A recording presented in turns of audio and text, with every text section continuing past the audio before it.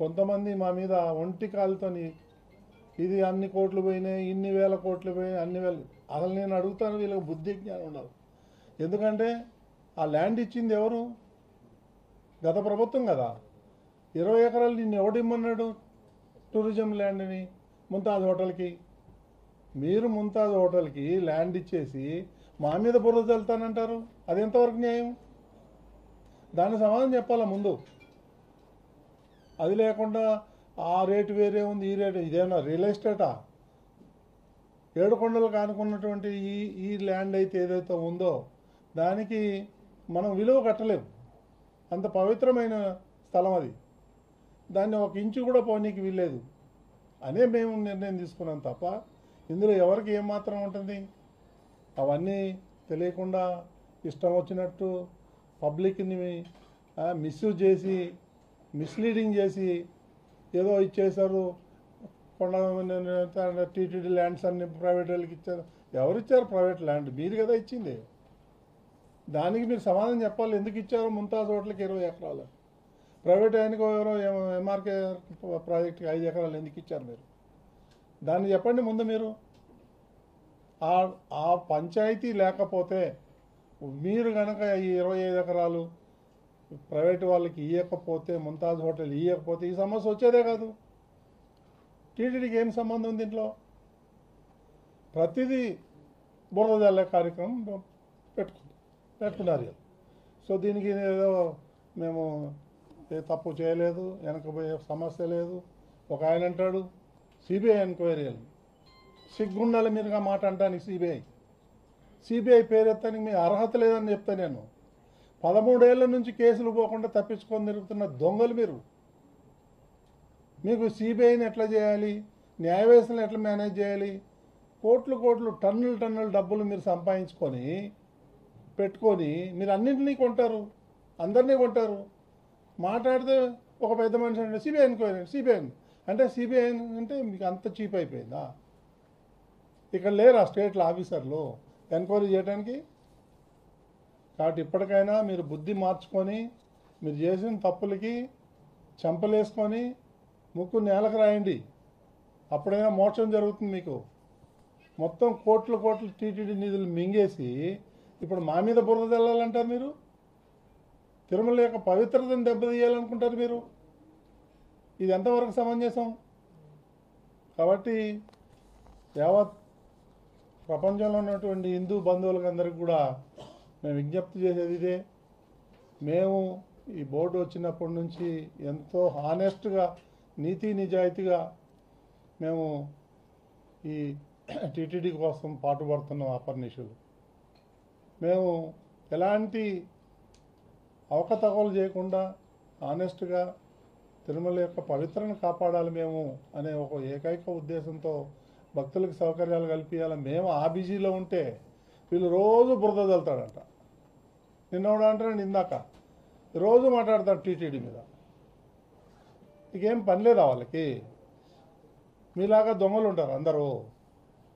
కాబట్టి ఇప్పటికైనా వాళ్ళు జాగ్రత్త పెట్టుకొని మాట్లాడేటప్పుడు ఏం మాట్లాడుతున్నామని సెన్స్తో మాట్లాడాలి. ఆధారాలు ఉన్నాయి మా దగ్గర అన్నీ. దేవలోక్ ఎలా ఇచ్చాడు 20 ఎకరాలు అంటే ఒట్టిగీలే. నేను ఆ అజయ్ కుమార్ అనే అతను కలిశాను. ఆయన ఇచ్చిన కంప్లైంట్ కూడా ఉంది నా దగ్గర, మీకు కాపీలు ఇస్తా. ఆయన్ని మంగళగిరికి పంపించి ఆ ప్యాలెస్లో పాయింట్ బ్లాంక్ పెట్టి 20 ఎకరాలు వెనక్కి తీసుకున్నారు. కాదంటారా? అంత అవసరం ఏమొచ్చింది నీకు ముంతాజ్ హోటల్కి 20 ఎకరాలు ఇవ్వాలి? ఆ అజయ్ కుమార్ అనే వ్యక్తిని పిలిపించి పాయింట్ బ్లాంక్ పెట్టి బెదిరించి ఆ 20 ఎకరాలు వెనక లాక్కున్నారు. వాళ్ళు అబోదీబోం అంటున్నాడు. ఇప్పుడు కోర్టులకు పోతున్నాడు, కోర్టుల చుట్టూ తిరుగుతున్నాడు. అతను మా దగ్గరికి వచ్చాడు. మేమేం చేయగలుగుతాం? ఇంత అరాచకం చేసి, అన్యాయం చేసి, ఆయన దగ్గర భూమి తీసుకొని ముంతాజ్ హోటల్కి ఇచ్చి వాళ్ళ దగ్గర కోట్ల రూపాయలు మీరు లంచాలు తీసుకొని ఈ విధంగా చేసి ఇప్పుడు మా మీద బురద చేస్తారంటే ఎట్ట కుదురుతుంది? ఇది న్యాయమా? ధర్మమా? ఆలోచించండి ఒకసారి. అసలు పూమన కరుణాకర్ ఈ తిరుపతిలో ఉండటానికి అర్హుడు కాదు. అని తరిమి కొట్టాలి తిరుపతి నుంచి ప్రజలు. పెద్ద గజ దొంగ ఇంతనా? రోజు బుర్ర చల్లుతాడు, చల్లు బుర్ర, చూసుకుంటాం మేము కూడా. కాబట్టి నిజం ఎవరో దాచలేరు, నిజం ఎప్పటికైనా బయటకు వస్తుంది. ఎవరో జగన్మోహన్ రెడ్డే, ఎవరో కాదు. అప్పటి ముఖ్యమంత్రి జగన్మోహన్ రెడ్డి ఆయనే పిలిపించి, మీరు అజయ్ కుమార్ అనే అతను ఇక్కడే ఉంటాడు తిరుపతిలో, మీరు ఆయన అడగండి. నాకు కంప్లైంట్ ఇచ్చాడు, రిటర్న్ కంప్లైంట్ నా దగ్గర ఉంది. నేను బేస్లెస్ ఎలిగేషన్ ఏం చేయను. నేనెందుకు పెడతాను? ఆయన పెట్టాలి. ఎవరైతే విక్టిమ్ ఉన్నాడో అతను పెట్టాలి. పెట్టాడు ఆల్రెడీ. అప్పట్లో తీసుకోవాలి, ఆయన కంప్లైంట్ కూడా తీసుకోలేదు. నువ్వు ఆంధ్రప్రదేశ్లో ఉండి చంపేస్తామని అన్నారు. ఎన్నో రోజులు బయట దాక్కొని తిరుగుతున్నాడు అతను. తప్పకుండా తీసుకుంటాం, నేను ఉండేది అందుకు కదా. చట్టం ప్రకారం చర్యలు తీసుకుంటాం. చలని ఏం తెలుతాడు బురద.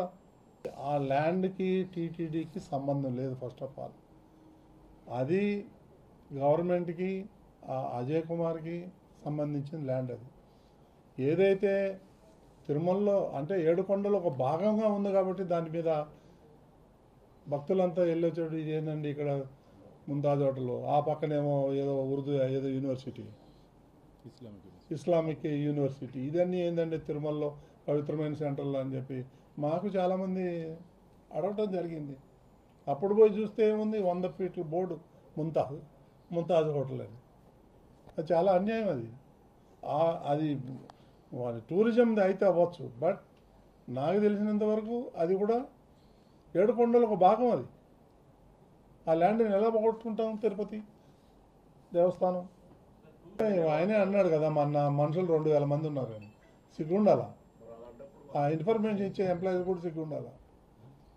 టీటీడీ సొమ్ము తింటూ టీటీడీకి వ్యతిరేకం చేస్తాడు. సవాలు ఆరిపోయే దీపం అంతే, అది అటు ఎగురుతూ ఉంటుంది. సవాల్ ఇసిరేదానికి నేను చెప్తా 100 సవాళ్ళు. కొంచెమైనా కామన్ సెన్స్ ఉండాలి కదా. బట్టకాల్సి మీద వేసి తుడుచుకోవాలంటే ఎట్లా కుదురుతుంది? తీసుకుపోయి తలకోనలు పెడదాం, వాళ్ళు పోతారు, వాళ్ళు పోవాలి కదా. భలే చెప్తారండి మీరు. దానికే చంద్రబాబు నాయుడు ఆయన every minute is an important. అటువంటి చీఫ్ మినిస్టర్ గారు 1.5 to 2 hours ఆ ముంతాజ్ హోటల్ని కూర్చోబెట్టి కన్విన్స్ చేయాల్సి వచ్చింది. లేకపోతే వాళ్ళు ఒప్పుకొని అన్నారు, మేము కోర్టుకు పోతాం, మేము అక్కడి నుంచి కదలమంటారు, 30 కోట్లు ఖర్చు పెట్టామంటారు. భక్తులందరికీ కూడా వినాయక చవితి శుభాకాంక్షలు. టీటీడీ బోర్డు సభ్యుల ద్వారా యావత్ ప్రపంచానికి ఉన్నటువంటి హిందువులందరికీ కూడా మరొకసారి వినాయక చవితి శుభాకాంక్షలు తెలియజేసుకుంటున్నాం. ఓం నమో వెంకటేశ్వర.